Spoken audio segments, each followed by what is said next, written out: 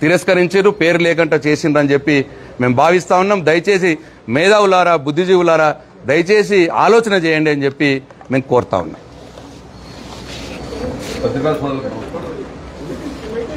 ప్రశాంత్ రెడ్డి గారుతో పాటు మేము కూడా అడగడం జరిగింది.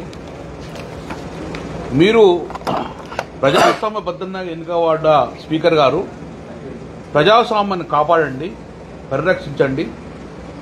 మీరు ఎన్నికలు జరుగుతూ ఉంటాయి. మరి మేము నామినేషన్ వేసినప్పుడు 13 మంది సభ్యులు ఉన్నారని మాకు తెలుసు. అప్పటికి గాంధీ గారు నామినేషన్ వేయలేదు. క్లియర్గా మమ్మల్ని ముగ్గురిని ఏమంటే మేము ముగ్గురు ఎమ్మెల్యేలము, 2 ఎమ్మెల్సీలు వేసినాం.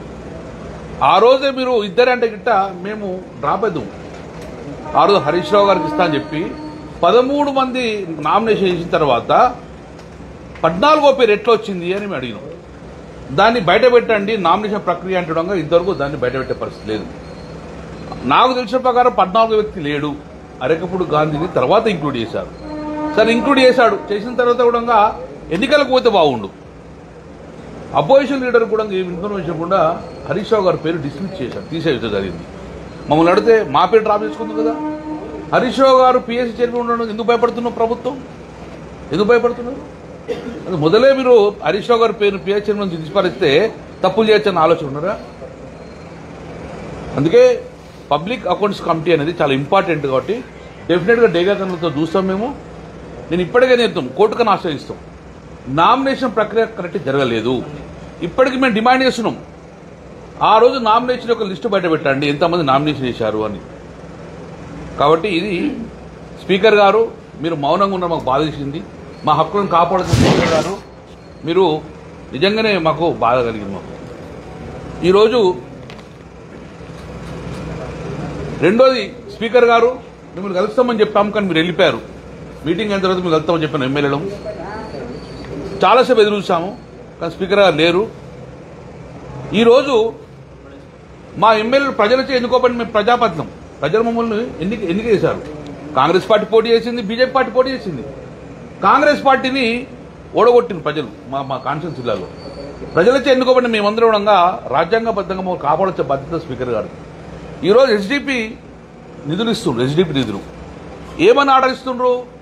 ఓడిపోయిన కాంగ్రెస్ అభ్యర్థి మీద జియో ఇవ్వడం జరిగింది. ఓడిపోయిన కాంగ్రెస్ అభ్యర్థి మీద జియో అయింది. ఇది మీకు ఇష్టం. ఇది క్లియర్గా మెన్షన్ చేసిండ్రు. The Puramalla Srinivas constituency Congress party incharge అని ఇచ్చిండు.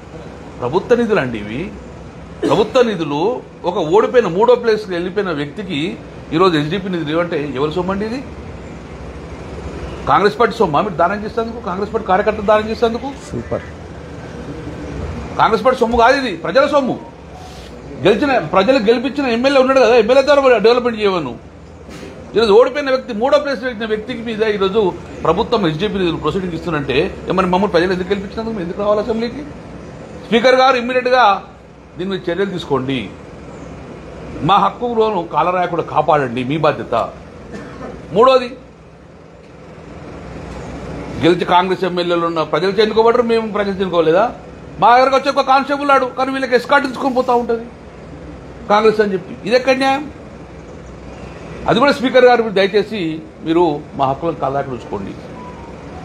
కళ్యాణ లక్ష్మి చెక్ ఆ రోజు గౌరవ ముఖ్యమంత్రి గారు ఎమ్మెల్యే ఎమ్మెల్యే ఆ కాన్స్టిట్యూన్సీ ఎమ్మెల్యే బాస్ అని చెప్పి ఎమ్మెల్యేని మెన్షన్ చేసి కళ్యాణ చెక్కులు ఎమ్మెల్యే సిఫారసు చేయాలి, ఎమ్మెల్యేనే ఆ రోజు డిస్ట్రిబ్యూట్ చేయాలని చెప్పింది. కానీ ఈరోజు ఏమున్నది?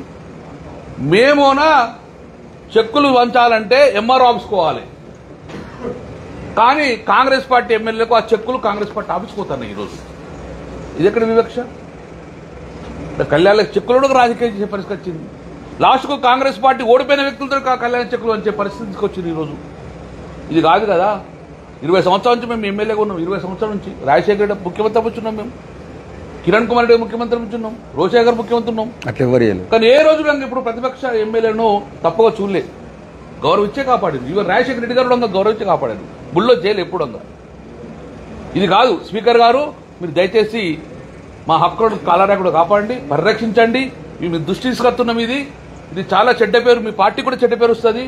ఓడిపోయిన ఎమ్మెల్యేలతో డిస్ట్రిబ్యూట్ చేసి ఓల్డ్ ఎమ్మెల్యేకి హెచ్డిపి ఇవ్వడము, అది ఏమెట్టు నిధులు చూస్తే పరీక్ష. దీని మీద ఆడిట్ జరగాలి. బట్ దయచేసి స్పీకర్ గారు త్వరలో మీరు మాకు టైం